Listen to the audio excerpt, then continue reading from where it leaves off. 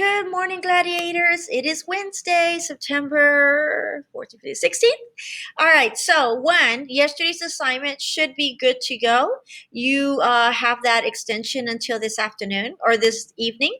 I am going to take away the assignment for today, and we will push that over for Friday after your test, okay? For today, we are going to learn about um, I'm sorry, we're going to learn about types of government. I was going to say checks and balances. So we're going to discuss that. And again, this assignment is going to be removed later on today. Okay, well, let me just do it now. All right, so types of government. So we learned that you have limited and unlimited government, right? So with limited and unlimited, we also learned that limited is a great government because it's for the people. And then you have an unlimited government, which is not for the people at all. So in the United States, we have a republic, a representative democracy, right? Citizens rule themselves by electing officials to develop laws on our behalf. And the laws have to be constitutional. So we have this thing called checks and balances. So the great thing about this is you have the judicial branch who, when a law is passed, they look at it to make sure that it's actually a good law. It's a law that's for the people, that it's constitutional. So we learned that Mexico and USA, right, are part of a representative democracy. And again, if we elect them 1 year or for whether they're in office for 2, 3, 4 years, we're not happy with them. We just won't elect them again. That's how easy it is. Then you have a direct democracy. So this is where everybody has a vote. Everybody. So if we were in class taking a vote, but we had one or two children absent or students absent, we couldn't take that vote because everyone is a member of government. So it wouldn't count as a vote. So in a direct democracy, everybody is a form of government.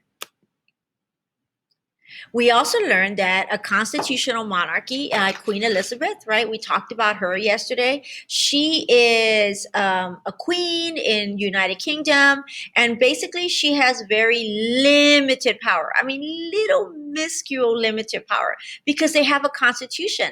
So they also have almost like a legislative branch. So it's called something different. It's called parliament, but the citizens elect their representatives just as well, and or just as like we do. Where Queen Elizabeth is basically she's there for ceremonial reasons. Again, it's out of respect. I guess you could consider her the mascot of United Kingdom.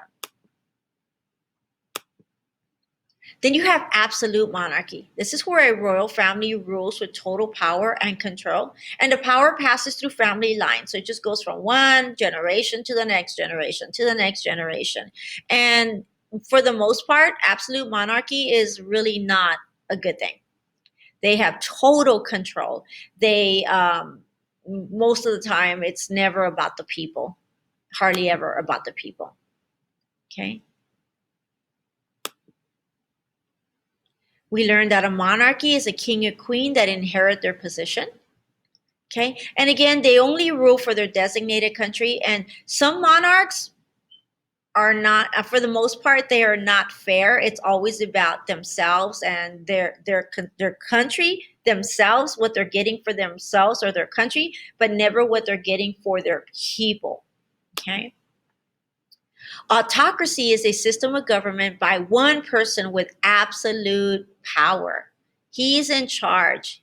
I rule. It's all about me, right? So it's about, and sometimes in autocracy, they do have military that helps them, but for the most part, it's one person with absolute power. We also learned that a dictatorship or tyranny is a government is under control of one leader who took control by force. The ruler has total power. Think of Fidel Castro, right? We talked about them yesterday. So it's totally about how they are forcing the people to follow their rule. And, for the most part, the people suffer from this. It's all about just for the power of the ruler. We talked about North Korea, how it went from the grandfather to the father to the son, right? And many people are deprived there because the government is under control and over one leader. He took full control, right? And he has total power. He has mistreated his people. Though he has this smiling face, he's not a very nice guy. We will talk a little bit about him today. Theocracy is ruled by religious law, where God or a divine being is the ultimate authority. Iran is an example of this. So they believe that God chose this person to be their leader. Totalitarian, this is where one person has total control. One person has total power. All right, guys, so we're going to be discussing this today. I really would like for you to at least review the slides, and we will go over them in class. Have a great day. See you in a bit.